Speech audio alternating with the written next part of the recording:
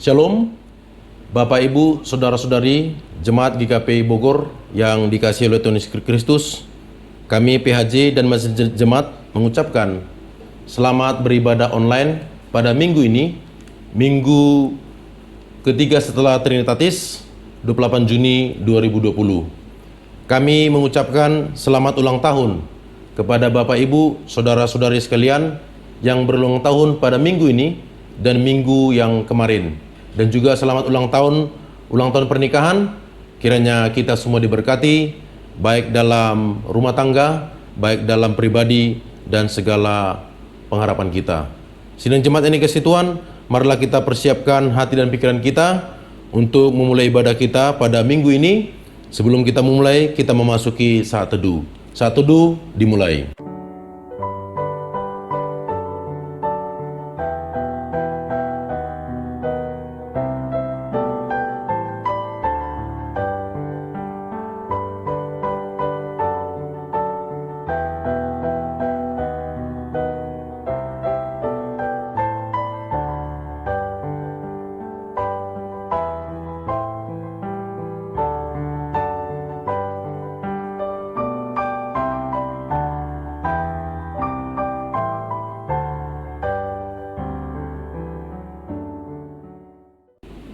Amin. Saat teduh selesai. Marilah kita persiapkan hati dan pikiran kita untuk mulai kita pada ibadah ini. Kita naikkan pujian dari Kidung Jemaat nomor 18 ayat 1-3.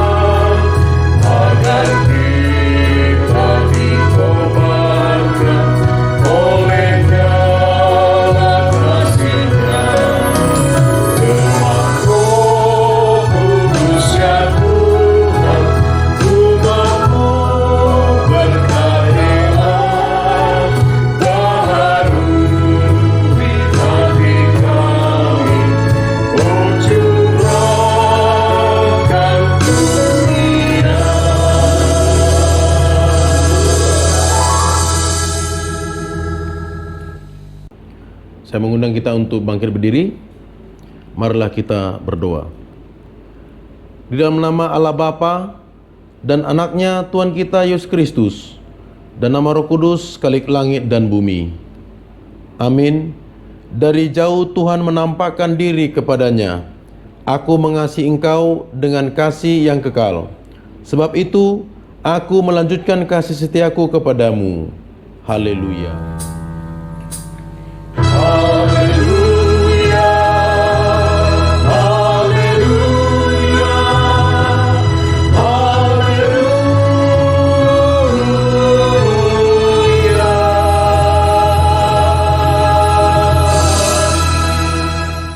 Ya Tuhan Allah Bapa kami yang Maha Kuasa, anugerahkanlah dan tumbuhkanlah iman yang sungguh di dalam hati kami.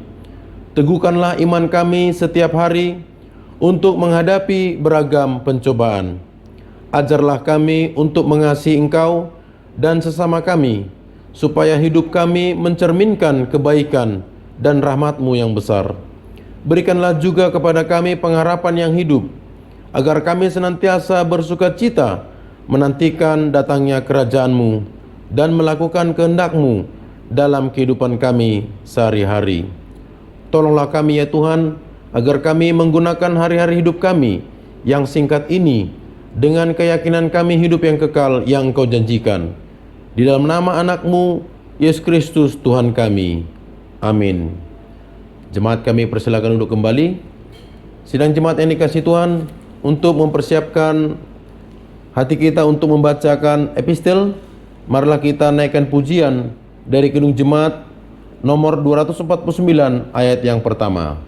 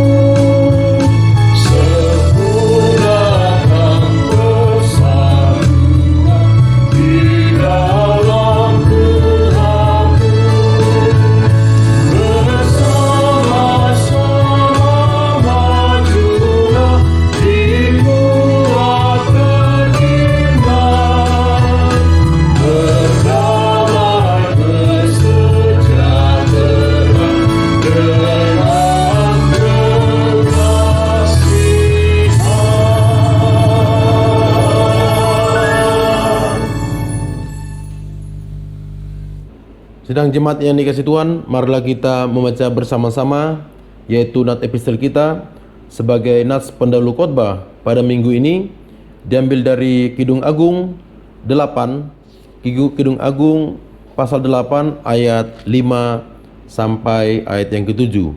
Nanti saya akan membacakan ayat yang ke-5, yang ganjil diikuti Bapak Ibu ayat yang ke-6 dan 8. Kita akan baca secara responsoria. Demikianlah bunyi firman Tuhan. Cinta kuat seperti maut.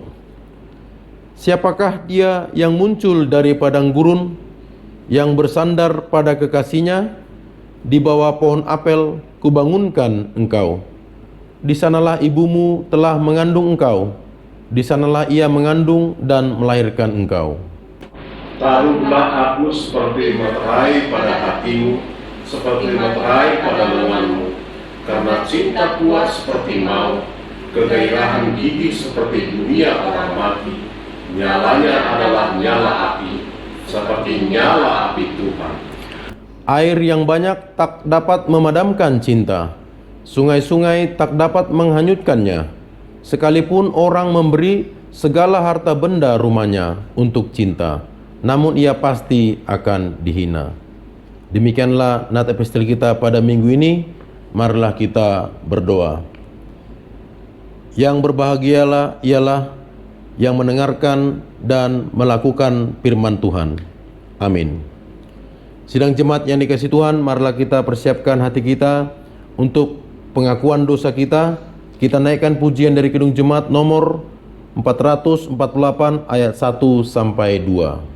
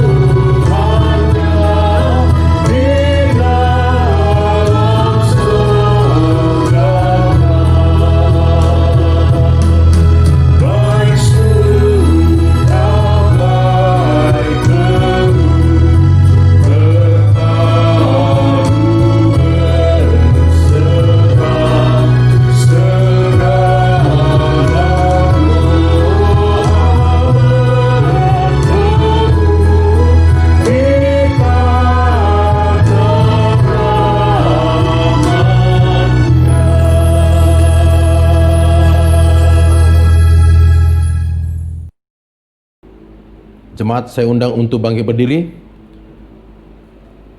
Jemaat yang dikasihi Tuhan, marilah kita memohon kehadapan Tuhan dengan segala kerendahan hati untuk meminta keampunan dosa atas pelanggaran dan perbuatan kita yang tidak berkenan di hadapan Allah yang hari yang lampau hingga saat ini. Dengan berdoa bersungguh-sungguh, marilah kita datang ke hadapannya untuk memohon pengampunan dosa. Kita memasuki saat teduh dimulai.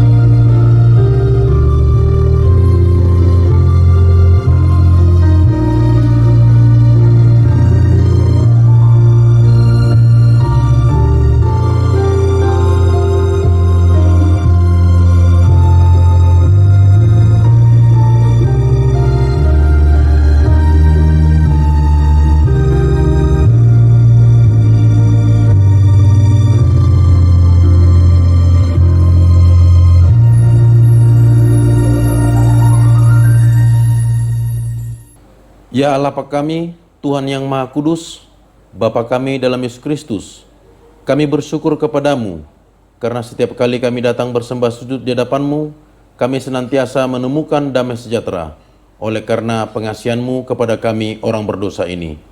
Oleh karena itu, kami datang lagi merendahkan diri ke hadapan-Mu ya Tuhan, memohon pengampunan dosa kami, karena kami senantiasa melanggar hukum-Mu, seperti domba yang sesat. Kiranya Engkau tidak menutup pintu pengasihan-Mu kepada kami.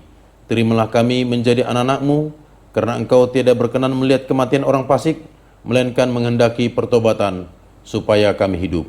Ampunilah segala dosa dan pelanggaran kami, oleh karena anak-Mu, Yesus Kristus Tuhan kami. Tetapkanlah kasih sayang-Mu kepada kami, supaya kami merasa bahagia memanggil nama-Mu, sehingga segala perbuatan, kelakuan, dan pikiran kami menjadi kemuliaan nama-Mu. Ya Tuhan, hiburlah kami yang tertimpa duka dan lara. Kasihanilah kami, sembuhkanlah segala penyakit dan penderitaan kami, oleh karena dosa kami. Tinggallah beserta dengan kami, agar kami senantiasa bahagia dan memperoleh hidup yang kekal, melalui anak-Mu, Yesus Kristus, Tuhan dan Juru Selamat kami. Amin.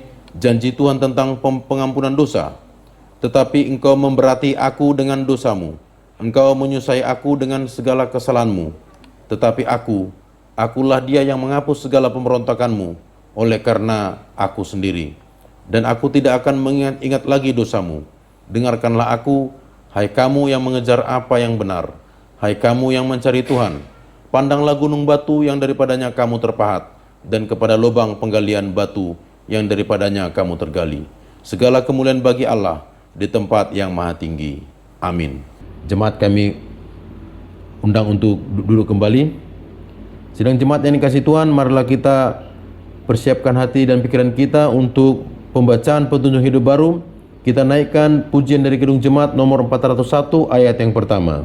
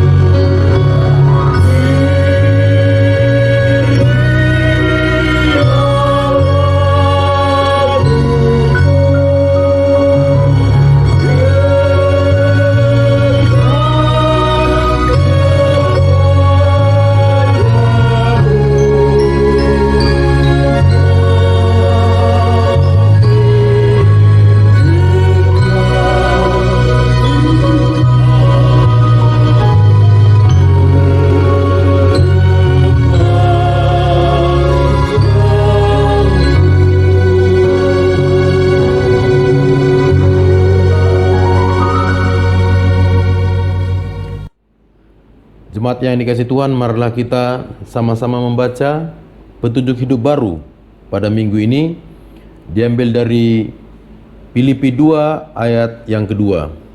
Filipi 2 ayat yang kedua, demikianlah bunyi firman Tuhan. Karena itu sempurnakanlah sukacitaku ini dengan hendaklah kamu sehati sepikir dalam satu kasih, satu jiwa, satu tujuan. Sekali lagi saya bacakan, karena itu sempurnakanlah sukacitaku ini dengan ini, hendaklah kamu sehati sepikir dalam satu kasih, satu jiwa, dan satu tujuan. Demikianlah petunjuk hidup baru kita pada minggu ini. Marilah kita sama-sama berdoa memohon kekuatan yang dari Tuhan. Ya Allah Bapa kami, berilah kami kekuatan untuk melakukan yang sesuai dengan firman-Mu. Amin. Jemaat yang dikasihi Tuhan, marilah kita persiapkan hati dan pikiran kita untuk mengakui pengakuan iman rasuli kita. Kita bernyanyi dari Kidung Jemaat nomor 421 ayat yang keempat.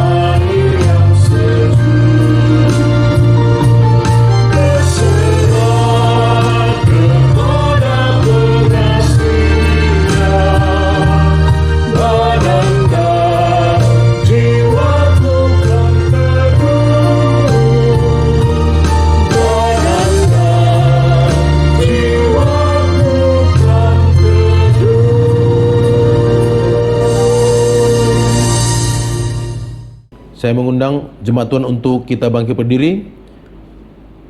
Marilah kita bersaksi mengikrarkan pengakuan iman kita bersama jemaat pada segala abad di seluruh dunia ini.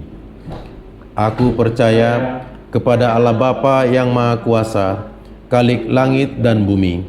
Aku percaya kepada Yesus Kristus, anaknya yang tunggal Tuhan kita, yang dikandung daripada Roh Kudus, lahir dari anak darah Maria, yang menderita di bawah pemerintahan Pontius Pilatus, disalibkan, mati dan dikuburkan, turun ke dalam kerajaan maut, pada hari yang ketiga bangkit pula di antara orang mati, naik ke surga, duduk di sebelah kanan Allah Bapa yang Maha Kuasa, dan akan datang dari sana untuk menghakimi orang yang hidup dan yang mati. Aku percaya kepada Roh Kudus, gereja yang kudus dan am, persekutuan orang kudus, pengampunan dosa, kebangkitan daging, dan hidup yang kekal. Amin. Jemaat kami persilakan duduk kembali. Jemaat yang dikasihi Tuhan, marilah kita memasuki doa syafaat yang akan dibawakan oleh Bapak Penatua S. Naibaho. Mari kita masuk dalam doa syafaat. Syukur dan sembah kami kepadamu ya Allah Bapa di surga atas segala pengasihan-Mu, di mana kami seluruh jemaat GKPI Bogor yang pada saat ini boleh beribadah dengan kami, walaupun kami tidak dapat berkumpul di satu tempat, tapi kami beribadah di rumah kami masing-masing. Kiranya seluruh jemaat, orang tua, pemuda yang pada saat ini sehat bisa mengikuti acara ini, kiranya Tuhan berkenan terhadap segala pujian dan sembah kami kepada-Mu ya Tuhan.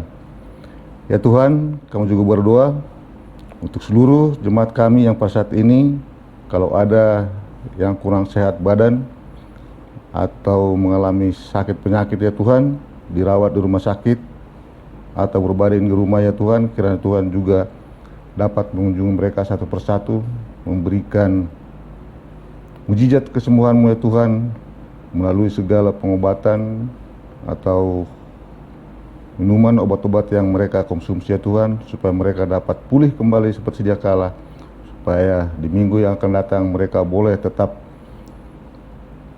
siap untuk beribadah di tempat masing-masing. Ya Tuhan, kami juga berdoa untuk seluruh anak-anak kami yang pada saat ini ingin mendapatkan sekolah atau yang melanjutkan pendidikan ke tempat yang lebih lanjut atau ke jenjang yang lebih tinggi ya Tuhan. Kiranya juga Tuhan ikut dalam campur tangan untuk menuntun mereka, orang tua mereka, anak-anak mereka untuk mendaftar ke sekolah yang dapat dituju ya Tuhan. Ya Tuhan, kami juga berdoa untuk seluruh jemaat kami yang pada saat ini sudah masuki usia dewasa atau waktunya untuk berkeluarga ya Tuhan. Karena juga Tuhan supaya bisa menuntun mereka untuk menemukan pasangan mereka masing-masing untuk bisa saling berkasih sayang ya Tuhan, untuk membentuk sebuah rumah tangga yang baru di kemudian hari ya Tuhan. Ya Tuhan, kami juga berdoa untuk seluruh usaha dan usaha kami dalam menangani masalah pada saat ini, yaitu COVID-19 yang belum tuntas ya Tuhan. Kiranya juga Tuhan ikut campur.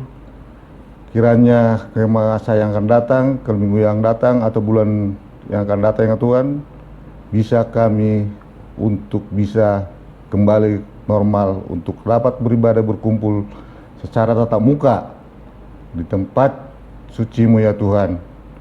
Tapi walaupun begitu ya Tuhan, kalaupun kami beribadah di tempat kami masing-masing untuk beberapa minggu ke depan, tapi sebagai jemaat GKPI Bogor ya Tuhan, kiranya kami bisa tetap saling terikat satu sama lain.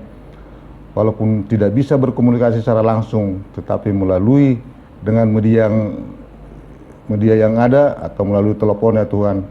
Biarlah kami bisa saling berhubungan, saling memberikan pendapat atau kepedulian kami terhadap sesama ya Tuhan.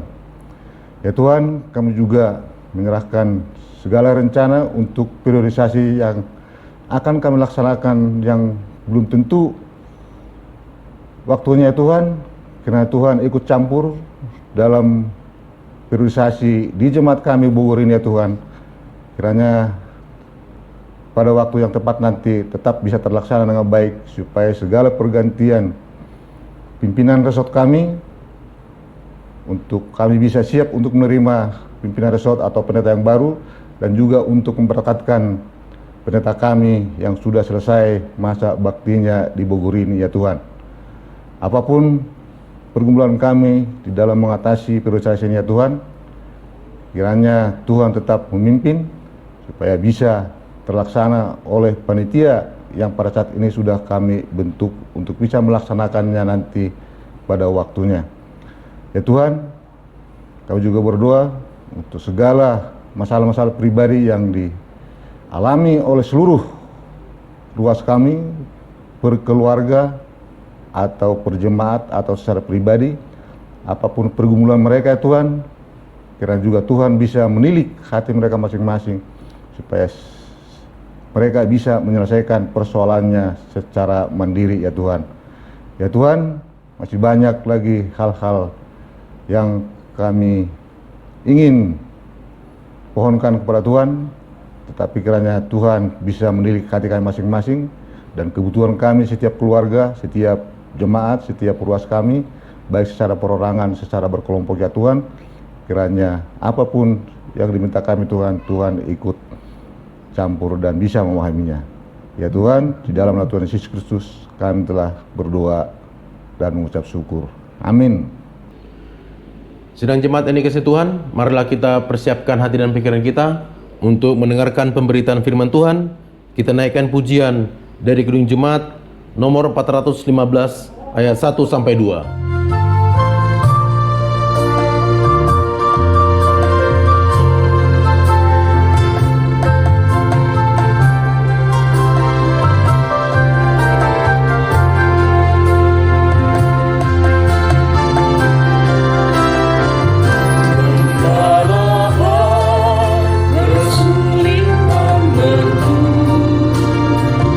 Membimbing aku pada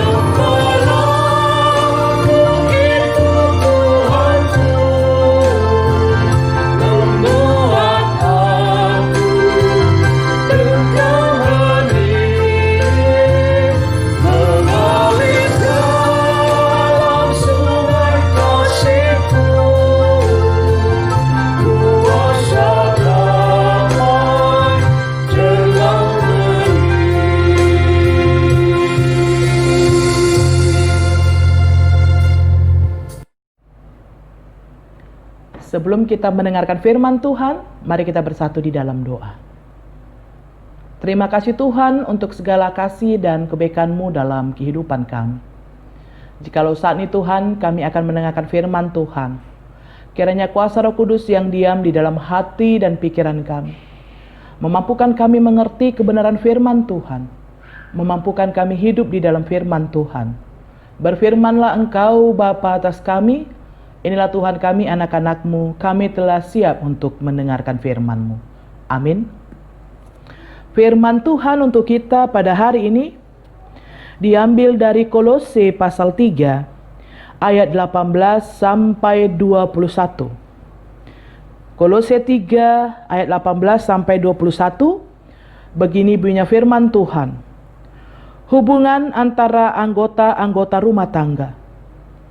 Hai istri-istri, tunduklah kepada suamimu, sebagaimana seharusnya di dalam Tuhan. Hai suami-suami, kasihilah istrimu, dan janganlah berlaku kasar terhadap dia. Hai anak-anak, taatilah orang tuamu dalam segala hal, karena itulah yang indah di dalam Tuhan. Hai bapak-bapak, janganlah sakiti hati anakmu, supaya jangan tawar hatinya. Demikian firman Tuhan. Yang berbahagia ialah setiap orang yang mendengar, menghayati, serta melakukan firman Tuhan dalam kehidupan sehari-hari. Bapak, Ibu, dan Saudara terkasih, hari ini tema kita membangun keluarga bahagia. Melalui bagaimana kita melihat hubungan antara anggota-anggota rumah tangga. Berbicara soal keluarga, Bapak Andar Ismail dalam bukunya Ribut Rukun, dia menggambarkan bahwa dalam keluarga itu yang sering terjadi adalah ribut dan rukun. Terkadang ribut, terkadang rukun. Dan itu sering sekali terjadi bergantian di dalam kehidupan manusia. Dua fenomena ini yang terjadi dalam kehidupan manusia. Bahwa keluarga itu ada ributnya, ada rukunnya, tapi ada juga ributnya. Oleh karena itu kalau kita mau membangun keluarga bahagia seperti tema kita pada hari ini, nah sini juga sebenarnya mau mengatakan bahwa perlunya diperhatikan bagaimana hubungan antara anggota-anggota rumah tangga supaya terjadi keluarga yang berbahagia. Ada 4 hal yang mau kita pelajari pada hari ini. Yang pertama disebutkan di ayat 18. Hai istri-istri, tunduklah kepada suamimu sebagaimana seharusnya di dalam Tuhan. Ini boleh kita bandingkan dengan Efesus pasal 5. Yang juga berbicara bagaimana di dalam hubungan antara anggota-anggota rumah tangga. Terutama perikop di dalam Efesus pasal 5 ayat 22 sampai 33, dia katakan bahwa kasih Kristus adalah dasar hidup suami istri. Bahwa hubungan suami istri atau hubungan keluarga itu berhasil ketika kasih Kristus ada menjadi landasan ataupun dasar dari hubungan dalam suami istri. Kalau tadi dikatakan hai istri tunduklah kepada suamimu sebagaimana seharusnya di dalam Tuhan, tapi di dalam Efesus 5:22 dikatakan hai istri tunduklah kepada suamimu seperti kepada Tuhan. Bahwa di situ mau katakan bahwa istri itu tunduk kepada suami seperti kepada Tuhan. Kalau kita dalam kehidupan kita sering disebutkan bahwa suami itu adalah Allah yang kelihatan. Karena itu disebutkan suami itu adalah kepala dari istri, sehingga Allah yang kelihatan. Debata nani ida do suami i. Itu mau katakan terutama disebutkan di Efesus pasal 5:23, karena suami adalah kepala istri, sama seperti Kristus adalah kepala jemaat. Dialah yang menyelamatkan tubuh. Bahwa itu mau mengingatkan bahwa suami adalah Allah yang kelihatan, Makanya istri harus tunduk kepada suami sebagaimana seharusnya di dalam Tuhan. Karena suami adalah Allah yang kelihatan, Tuhan yang kelihatan. Saudara-saudara terkasih, kita harus melihat bahwa memang terkadang ayat ini ada terkesannya bahwa lelaki itu superior daripada perempuan. Sehingga suami itu menjadi kepala atas istri, tapi sesungguhnya disebutkan sebagaimana seharusnya di dalam Tuhan. Suami itu lupa kalau istrinya harus tunduk kepada Tuhan, kepada dia harus sebagaimana seharusnya di dalam Tuhan. Tidak boleh dilepaskan demikian. Sehingga itu mau mengingatkan bahwa, hai suami, kalau kau mau istrimu tunduk kepadamu, oleh karena itu kau pun harus bertindak sebagaimana Tuhan bertindak di dalam kehidupan istrimu. Supaya suami itu betul-betul seperti Efesus pasal 5 disebutkan, karena suami adalah kepala istri seperti Kristus yang adalah kepala jemaat. Bahwa Kristus sebagai kepala jemaat, dia mampu memimpin jemaatnya dan menunjukkan bagaimana karakter sebagai pimpinan. Oleh karena itu kalau disebutkan istri tunduk kepada suami, hai suami, jadilah engkau juga menjadi kepala sebagaimana seharusnya di dalam Tuhan. Ini yang pertama. Yang kedua, ayat 19 disebutkan, hai suami-suami, kasihilah istrimu dan janganlah berlaku kasar kepada dia, terhadap dia. Saudara-saudara terkasih, lebih jelas lagi sebenarnya di Efesus 5 ayat 25 disebutkan, hai suami, kasihilah istrimu sebagaimana Kristus telah mengasihi jemaat dan telah menyerahkan dirinya baginya. Di ayat 28 dikatakan, demikian juga suami harus mengasihi istrinya sama seperti tubuhnya sendiri. Siapa yang mengasihi istrinya, mengasihi dirinya sendiri. Sebab tidak pernah orang membenci tubuhnya sendiri, tetapi mengasuhnya, merawatinya sama seperti Kristus terhadap jemaat. Disebutkan jangan berlaku kasar terhadap dia. Bahwa Allah tidak menginginkan suami atau lelaki melakukan kekasaran terhadap istrinya. Karena kalau kita melihat memang Allah tidak menginginkan dan menentang terjadinya kekerasan di dalam rumah tangga. Orang Kristen tidak boleh melakukan kekerasan dalam hidupnya. Tidak boleh berlaku kasar terhadap istrinya. Bapak, Ibu, dan saudara terkasih, beberapa hari ini saya mengikuti webinar-webinar yang dilakukan oleh Perwati, Persekutuan Perempuan Berpendidikan Teologi. Salah satu yang paling menonjol di dalam webinar yang kita ikuti adalah peristiwa kawin tangkap yang terjadi di Sumba, dan ini sangat membuming saat ini. Di situ digambarkan ada satu kebiasaan sebenarnya, bukan satu adat. Kebiasaan ketika orang tua, kalau anaknya masih kecil, dia menjodohkan anaknya, walaupun kemudian tidak disampaikan bahwa terjadi perjodohan, tapi kemudian mereka tidak bertemu, tidak berpacaran, demikian. Tapi kalau kemudian hari, orang tua itu akan menikahkan anaknya yang perempuan dan lelaki.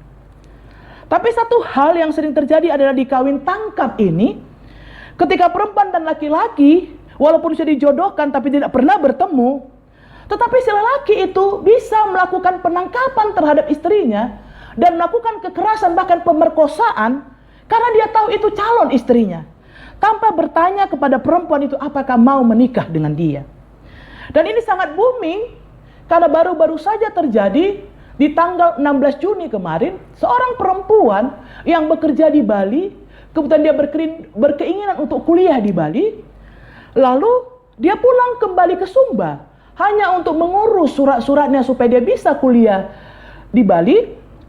Ketika dia pulang, seorang lelaki yang ternyata sudah dijodohkan dengan dia dan dia tidak tahu dia dijodohkan, langsung mengambil dia di tengah jalan, langsung membawanya ke rumahnya.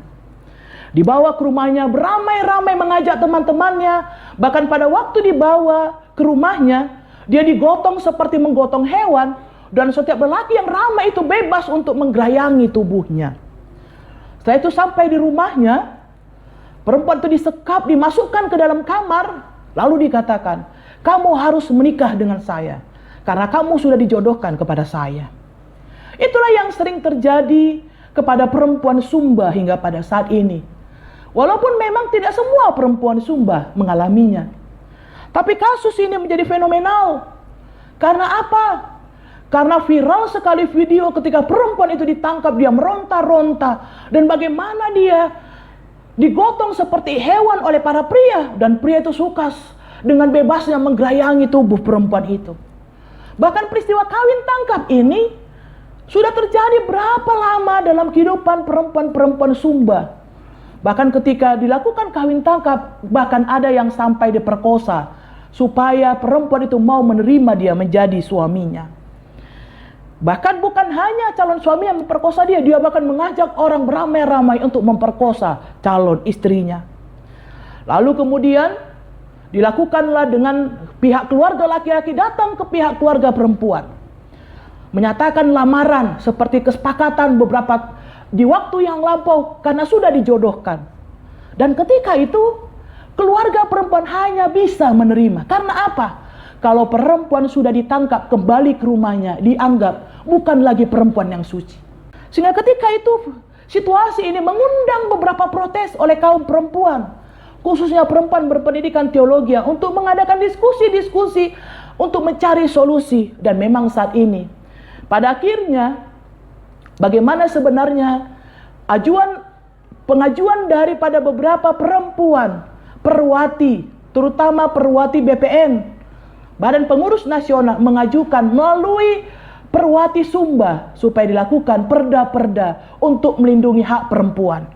Bahwa hak perempuan supaya dia berkuasa atas tubuhnya, untuk dia boleh memilih mana yang terbaik dalam kehidupannya. Jikalau memang hatinya tidak mau menerima laki-laki itu, bahwa haknya lah harus dipertahankan. Ketika dia menolak, hak penolakannya pun harus dipertahankan sebagai bagian ataupun esensi dalam dirinya. Oleh karena itu, kalau kita melihat perikop ini, hai suami, kasihlah istrimu, janganlah berlaku kasar terhadap dia.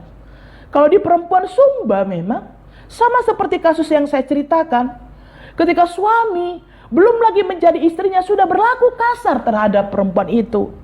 Makanya kita tidak bisa bayangkan, kalau sudah menjadi istrinya, apakah tidak akan berlaku kasar lagi suami terhadap istrinya? Tapi yang mau dinyatakan di sini, bagaimana sesungguhnya hubungan suami istri itu. Suami sebagai kepala, supaya dia dihormati, supaya istrinya tunduk kepadanya. Oleh karena itu jangan berlaku kasar terhadap istrinya.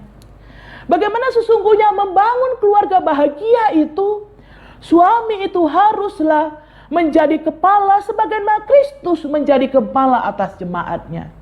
Suami harus menjadi kepala atas istrinya dan menunjukkan sebagai contoh bagi istrinya. Dia pantas untuk dihormati karena bertingkah laku dengan baik dan benar. Bertingkah laku sopan santun. Dan itu boleh membawa ke arah keluarga bahagia antara suami dan istri. Hal yang ketiga, Bapak Ibu dan Saudara terkasih, di ayat 20 dikatakan, hai anak-anak, taatilah orang tuamu dalam segala hal, karena itulah yang indah di dalam Tuhan.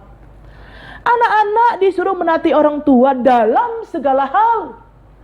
Apapun yang diajarkan orang tuamu, ingatlah, tidak pernah orang tua membawa anaknya ke dalam jurang.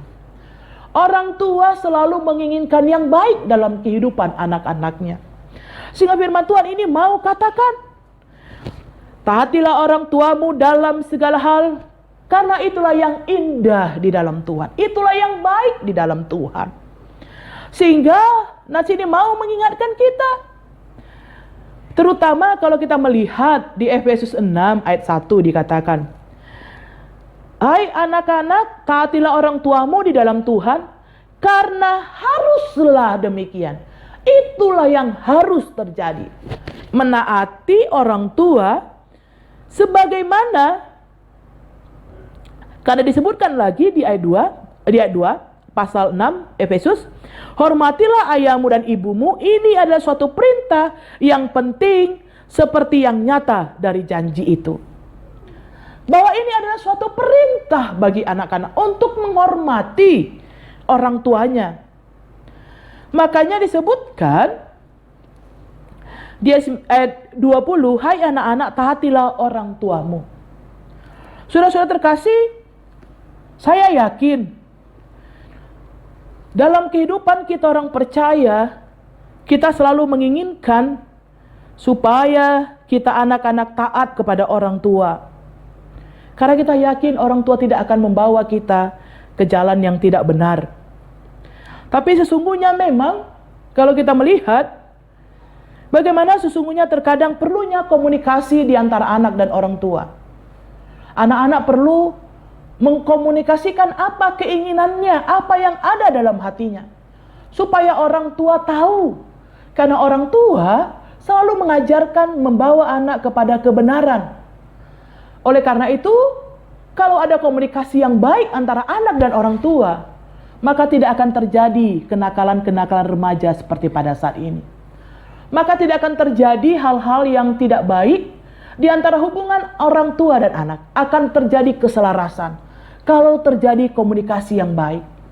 Orang tua juga tidak bisa memperlakukan anak-anak seperti anak-anak masih kecil. Saya ingat pada waktu saya masih kecil, kalau waktu Natal membeli baju, orang tua saya tidak pernah bertanya mau baju yang bagaimana. Yang penting dia ambil, pakaikan, sudah jadi begitu. Tapi sekarang, fenomena sekarang, anak-anak berani mengemukakan pemikirannya, pandangannya. Sehingga bukan lagi seperti anak-anak yang dibelikan baju langsung jadi, tidak. Kita harus tanyakan, yang model bagaimana? Mau baju warna apa? Karena kalau sekarang anak perempuan suka baju warna pink. Kalau orang tua beli baju warna kuning, dia keberatan. Atau laki-laki suka baju rata-rata warna biru. Kalau kita belikan warna merah, dia keberatan. Sehingga memang kalau terjadi komunikasi yang baik, maka hubungan anak-anak akan terjadi dengan baik dengan orang tuanya. Bahkan dia bisa menaati orang tuanya, karena itu ada hal yang indah dalam kehidupannya. Hal indah itu terjadi ketika anak-anak dan orang tua berada dalam hubungan yang baik dan harmonis. Sehingga yang terakhir, Nats ini mau mengajarkan kita. Disebutkan di ayat 21, hai bapak-bapak, janganlah sakiti hati anakmu, supaya jangan tawar hatinya.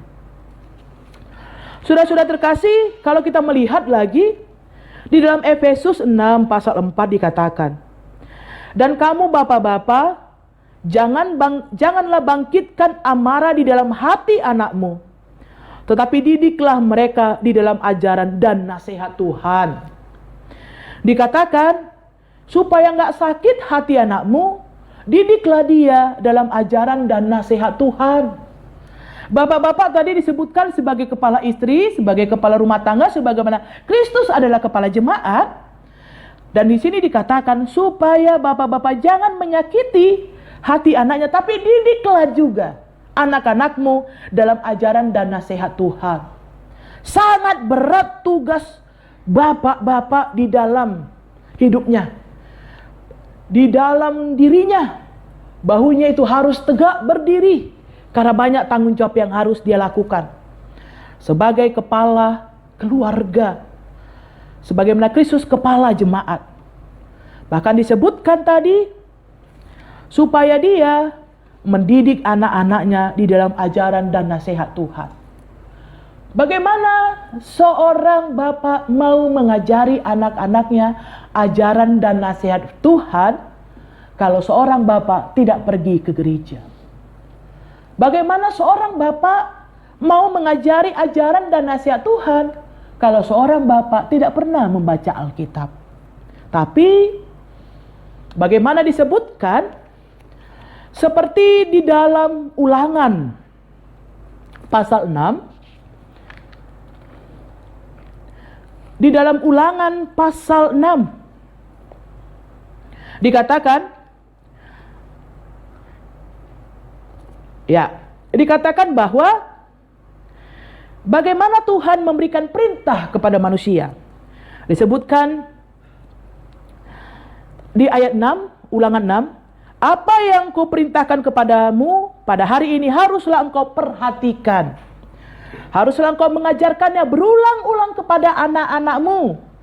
dan membicarakannya apabila engkau duduk di rumahmu, apabila engkau dalam perjalanan, apabila engkau berbaring, dan apabila engkau bangun. Haruslah juga engkau mengikatkannya sebagai tanda pada tanganmu, dan haruslah itu menjadi lambang di dahimu, dan haruslah engkau menuliskannya pada tiang pintu rumahmu dan pada pintu gerbangmu. Bahwa disebutkan supaya dalam kehidupan keluarga itu sebagai seorang bapak, kita harus mengajarkan anak-anak kita berulang kali tentang firman Tuhan itu. Disebutkan membicarakannya apabila engkau duduk di rumah, apabila dalam perjalanan, apabila engkau berbaring, dan apabila engkau bangun. Pikirkanlah firman Tuhan itu dan ajarkanlah berulang-ulang. Sering sekali kita tidak memikirkan firman Tuhan itu, sehingga kita tidak tahu apa yang mau kita ajarkan kepada anak kita. Tapi di sini dikatakan, didiklah mereka dalam ajaran dan nasihat Tuhan. Sebagai orang tua, mari kita terus belajar akan firman Tuhan. Sebagai orang tua, marilah kita terus beribadah kepada Tuhan. Arahkan hati dan pikiran kita kepada Tuhan. Jangan andalkan pikiranmu. Jangan andalkan kepintaranmu. Karena kepintaranmu itu berasal dari dunia. Tapi kepintaranmu menjadi sempurna jika kau belajar kepada firman Tuhan. Supaya Tuhan yang mengarahkan kepintaranmu kepada jalan kebenaran Tuhan. Sehingga ketika itu, maka firman itu akan menjadi kekuatan di dalam hidupmu. Menjadi pengajaran yang berarti bagi anakmu. Ketika kau mengajarkan jalan kehidupan kepadanya. Dan ketika engkau menjadi contoh bagi dia. Supaya dia menjalani kehidupannya ke depan. Di dalam takut akan Tuhan. Oleh karena itu, saudara-saudara Tuhan terkasih di dalam nama Tuhan Yesus Kristus. Marilah kita dalam membangun keluarga bahagia. Bapak sebagai kepala, ibu sebagai pendamping dari suami, daripada bapak, marilah kita membangun keluarga yang berbahagia dengan kita mengajarkan anak-anak kita supaya hidup di dalam takut akan Tuhan, dengan kita terlebih dahulu belajar akan kebenaran firman Tuhan. Terpujilah nama Tuhan. Amin. Mari kita berdoa. Kami bersyukur untuk segala kasih dan kebaikan Tuhan dalam kehidupan kami. Kami bersyukur buat firman-Mu yang telah kami dengar Tuhan, di mana mengajari kami untuk membangun keluarga bahagia. Biarlah Tuhan, kami sebagai seorang suami, kami sebagai seorang istri, kami sebagai seorang anak, kami sebagai seorang bapa, atau kami sebagai seorang ibu, mampukan kami Tuhan dengan segala kerendahan hati, mengingat kasih Tuhan dalam kehidupan kami. Supaya dengan kasih itu Bapa itu yang mempererat hubungan kami dalam sebagai keluarga. Supaya Tuhan dalam kehidupan kami boleh Bapa terbentuk menjadi keluarga yang bahagia di hadapan Tuhan. Biar dengan kasih dan rahmat Tuhan, Kau kuasai hati dan pikiran kami. Supaya kami boleh Bapa belajar untuk saling mengampuni, saling mengasihi di dalam Tuhan. Supaya kasih itu Bapa yang mempererat hubungan kami. Dan itulah Bapa yang membuat kami bergandengan tangan Bapa. Supaya keluarga kami menjadi keluarga yang berbahagia di hadapan Tuhan. Terima kasih Tuhan. Kami bersyukur untuk penyertaan-Mu. Kami boleh Bapa selama masa pandemi ini Tuhan. Kami boleh tak diberikan kesehatan. Kau tambahkan Tuhan kesehatan. Supaya kami boleh Bapa di dalam kehidupan kami. Pada waktunya Tuhan kami boleh kembali memuji dan memuliakan nama Tuhan. Di dalam rumah Tuhan. Terima kasih Bapa. Di dalam nama Nabi Yesus Kristus kami berdoa dan bersyukur. Amin. Mempersiapkan kita untuk memberikan persembahan, kita bernyanyi dari Kidung Jemaat 450 ayat 3.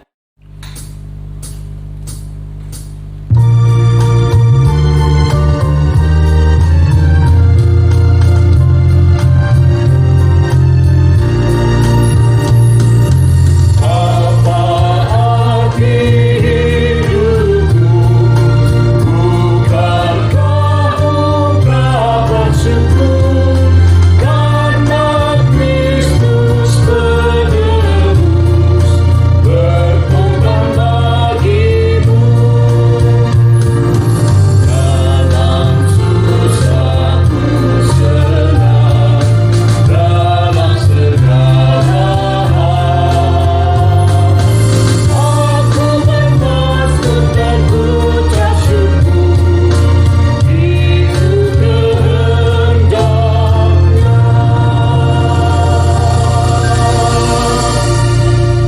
Mazmur 50 ayat 23, itulah firman Tuhan yang menghantarkan kita memberikan persembahan. Begini punya firman Tuhan. Siapa yang mempersembahkan syukur sebagai korban, ia memuliakan aku. Siapa yang jujur jalannya, keselamatan yang dari Allah akan kuperlihatkan kepadanya. Amin. Kita berikan persembahan yang terbaik untuk Tuhan.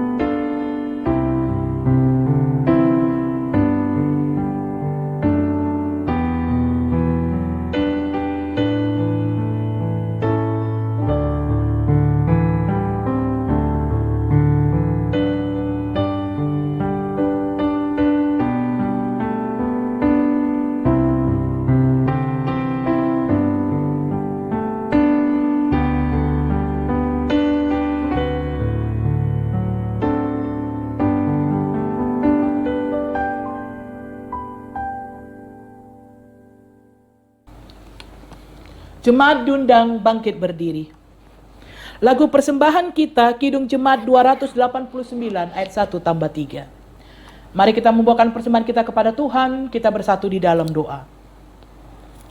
Ya Allah Bapa kami yang ada di sorga, kami mengaku dengan setulus hati, Engkaulah sumber segala berkat dan karunia di dalam hidup kami. Di sini kami mempersembahkan kurban syukur kami kepadamu. Terimalah persembahan umat-Mu dan berkatilah menjadi alat kesaksian, persekutuan dan pelayanan jemaat-Mu ini. Jadikanlah hidup kami persembahan yang berkenan kepadamu. Dan pakailah hidup kami itu turut menghadirkan tanda-tanda kerajaan-Mu, kasih, keadilan, damai sejahtera dan sukacita. Bukalah hati kami oleh Roh Kudus-Mu, agar kami senantiasa mengucapkan syukur kepadamu. Di dalam nama Yesus Kristus Tuhan kami. Amin.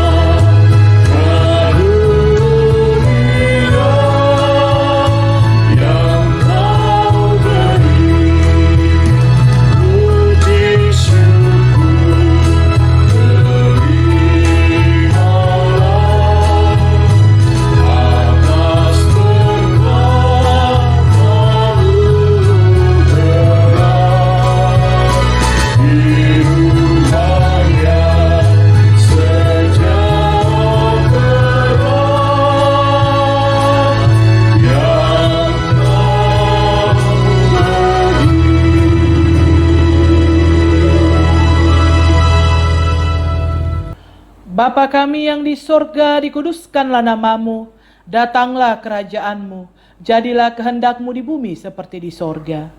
Berikanlah kami pada hari ini makanan kami yang secukupnya, dan ampunilah kami akan kesalahan kami, seperti kami juga mengampuni orang yang bersalah kepada kami.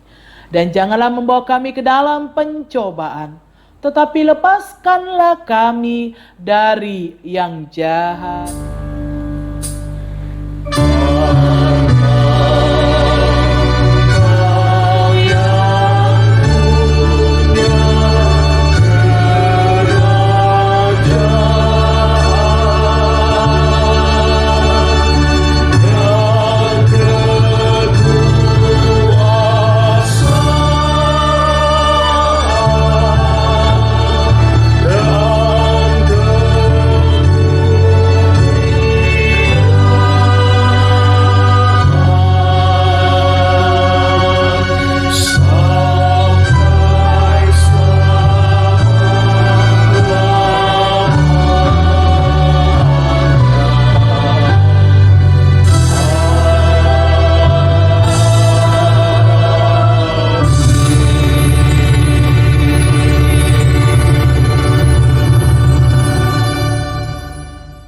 Terimalah berkat dari Tuhan. Tuhan memberkati engkau dan melindungi engkau. Tuhan menyinari engkau dengan wajah-Nya dan memberi engkau kasih karunia. Tuhan menghadapkan wajah-Nya kepadamu dan memberi engkau damai sejahtera. Amin.